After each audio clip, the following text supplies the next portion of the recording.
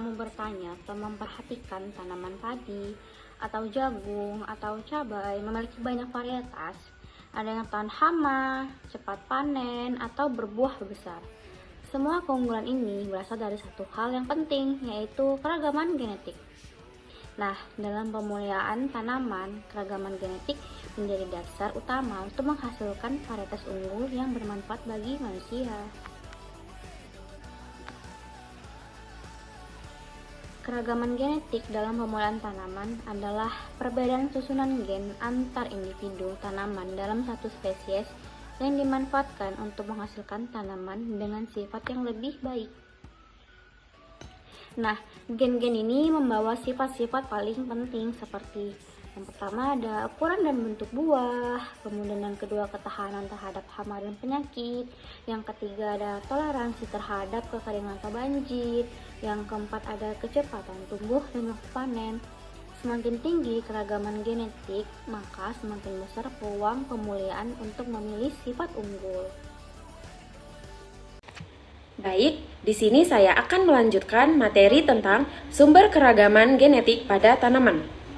Nah, keragaman genetik yang akan dimanfaatkan dalam pemulihan tanaman itu berasal dari beberapa sumber. Yang pertama, ada varietas lokal atau plasma nutfah. Yang kedua, ada mutasi.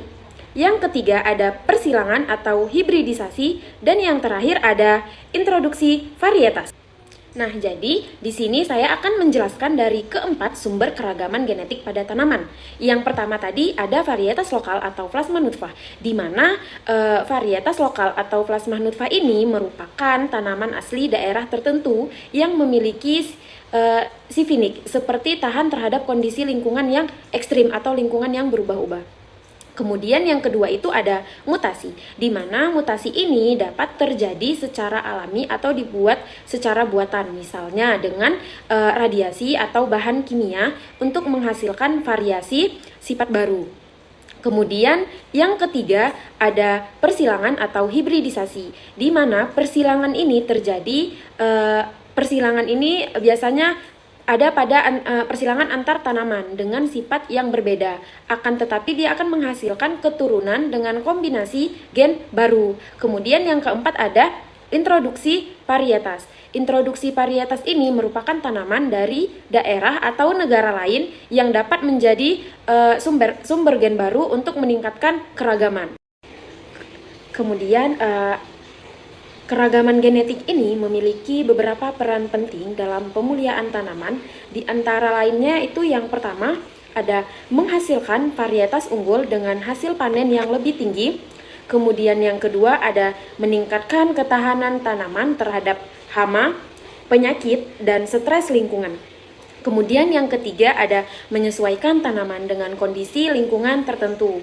Kemudian yang keempat ada menjamin keberlanjutan produksi pangan yang lebih baik lagi. Nah, tanpa keragaman genetik ini kemungkinan pemulihan tanaman ini tidak akan dapat berkembang dengan baik. Selanjutnya contoh pemahaman keragaman genetik. Beberapa contoh penerapan keragaman genetik itu dalam pemulihan tanam ada yang pertama padi varietas unggul yang tahan wareng, yang kedua itu jagung hibrida dengan tangkol besar, dan yang ketiga itu cabai tahan penyakit layu, dan keempat itu kedelai berumur ganja atau cepat panen. Semua varietas tersebut ini dihasilkan dari pemilihan dan penggabungan gen-gen yang unggul. Saya Islamdani akan menjelaskan mengenai dampak rendah keragaman genetik. Dampak rendah keragaman genetik terbagi tiga. 1. Tanaman mudah terserang hama dan penyakit jika populasi tanaman memiliki keragaman genetik rendah. 2. Produksi pertanian tidak stabil. Tanaman dengan keragaman genetik terbatas cenderung memiliki daya tahan yang sama terhadap kondisi lingkungan ekstrim seperti kekeringan, banjir, atau perubahan suhu. Ketiga, resiko gagal dalam meningkatkan kualitas dan kuantitas tanaman. Penyebab keragaman genetik. Yang pertama, mutasi. Mutasi adalah perubahan pada DNA yang terjadi secara alami dan akibat faktor lingkungan seperti radiasi dan bahan kimia. Mutasi. 2. Rekombinasi genetik.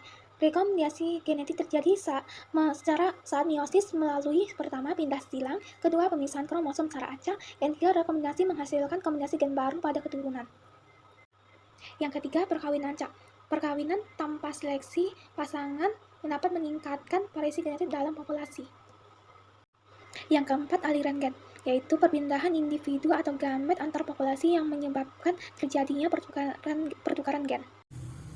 Manfaat keragaman genetik itu ada 4. Pertama itu untuk meningkatkan kemampuan adaptasi, di mana keragaman genetik menyebabkan individu dalam suatu populasi memiliki sifat yang berbeda-beda. Mengurangi resiko kepunahan, di mana populasi dengan keragaman genetik yang lebih tinggi, peluang hidupnya lebih besar dibandingkan dengan keragaman genetik yang lebih rendah. Ketiga, mendukung seleksi alam evolusi. Keragaman genetik merupakan bahan baku seleksi alam. Seleksi alam bekerja dengan mempertahankan individu yang memiliki sifat yang paling sesuai dengan lingkungannya. Yang keempat itu menjadi dasar pemulihan tanaman dan hewan. Keragaman genetik dimanfaatkan manusia dalam pemulihan tanaman dan hewan untuk memperoleh sifat yang unggul seperti hasil panen yang tinggi,